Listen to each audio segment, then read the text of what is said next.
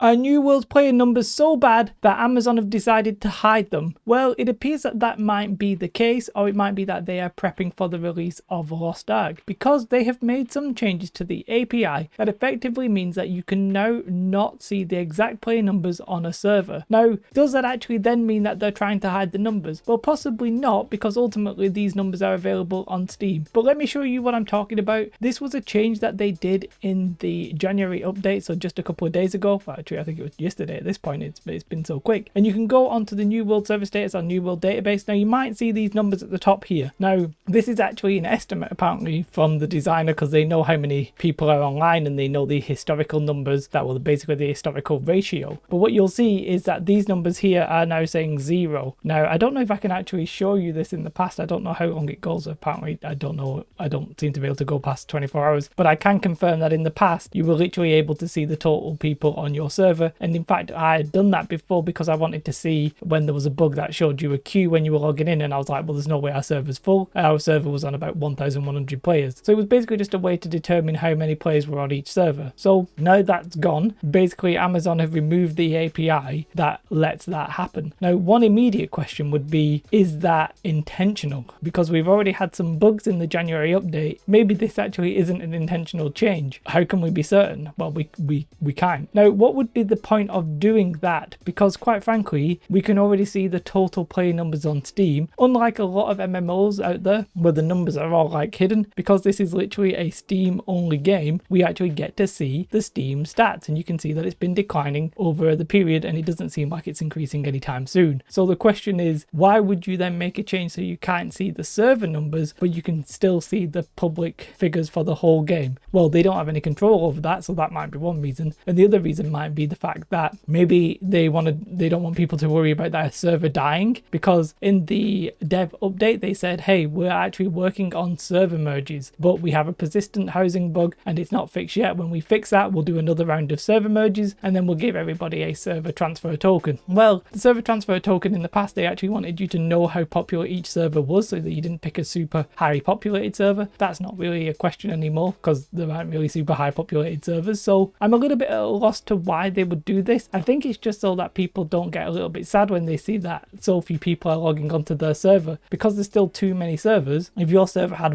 300, 400, 500 people, which there are servers that peak at that, then you're going to feel it in game, but now you won't have any validation seeing on a website that, oh, there is actually so few here, but on this server over here there's actually 1,400 people, which there was the occasional server that had that kind of peak. So I'm a little bit like, one, we don't know if this is intentional. Two, if it is intentional, we don't really know the purpose behind it. It could just be that they didn't like people calling that API because it was maybe causing issues. That would be a valid reason, but without any communication, we're left speculating and we don't actually know why, so people are assuming the worst. And classically with Amazon, we can possibly assume incompetence rather than malice. So maybe it's a mistake, maybe it wasn't intentional, maybe the way that they implemented the API was just causing issues. We have no real way of knowing, but it is sort of suspicious. This has been a thing that has happened to many MMOs in the past. World of Warcraft, for example, famously stopped giving out its sub count suspiciously when the sub count was going down. Last year, Crowfall decided that it wasn't going to show you the population on its servers, and again, everybody speculated it was because the server numbers are so low that they didn't want to reveal that information. So the natural conclusion that players have when something like this happens is that, oh, this is a bad sign, the play numbers are dropping, and they're trying to obfuscate, I'm not even sure I can say that properly, let alone know what it means, but they're trying to make it a little bit unclear what the play numbers are so that people aren't like,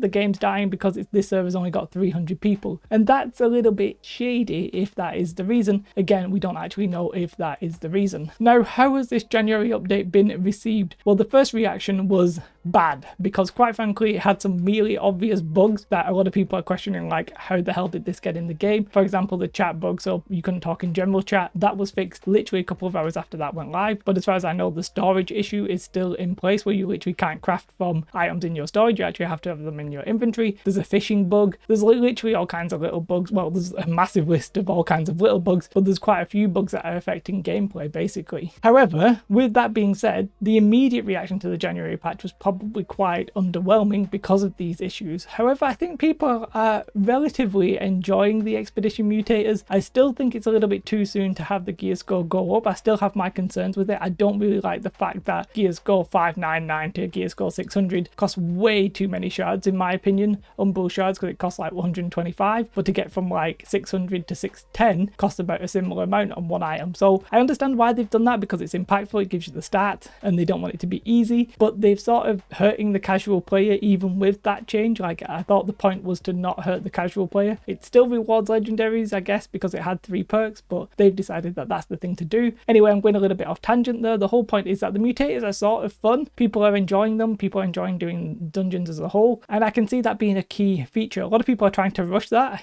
and that makes sense. That's just the way players play, but it seems like it's going to be a key feature for the following months. However, people aren't necessarily seeming to receive it like that. As I said, because of these initial issues, a lot of people are just stopping playing right now, taking breaks because they logged in, they found some bugs, and they're like, I can't be bothered to, like, what am I doing? And it's really hard to blame those people. And unfortunately, I think the future's outlook isn't that great when we look at the immediate release of Lost Ark. Now, quite frankly, a lot of people are waiting for that game. They will play it. I don't think it will be a massive amount, but there will be a sizable number of players who stop playing New World and go try that. There's already a sizable number of players who are like, well, I'm not happy with New World, I'm just going to wait for Lost Ark. And you combine that with the fact that Amazon have basically said that February is dedicated to bugs, bots, and bans, so it doesn't sound like we're going to get anything interesting that's going to keep the New World players like feeling fresh and feeling happy. I think we can all agree that whatever the reason is, the fact that they are now getting in the way of showing player numbers on specific servers feels like a bad sign, even if that isn't like intentionally a bad sign. It just feels like that. Even if they had their other reasons, they'll probably never say these kind of companies, they'll never say this kind of information, because if it is the case that they just want to make it so you don't know how many people are leaving, then they're not going to tell you that. It's unfortunate. I'm sort of surprised that they had this API in the first place,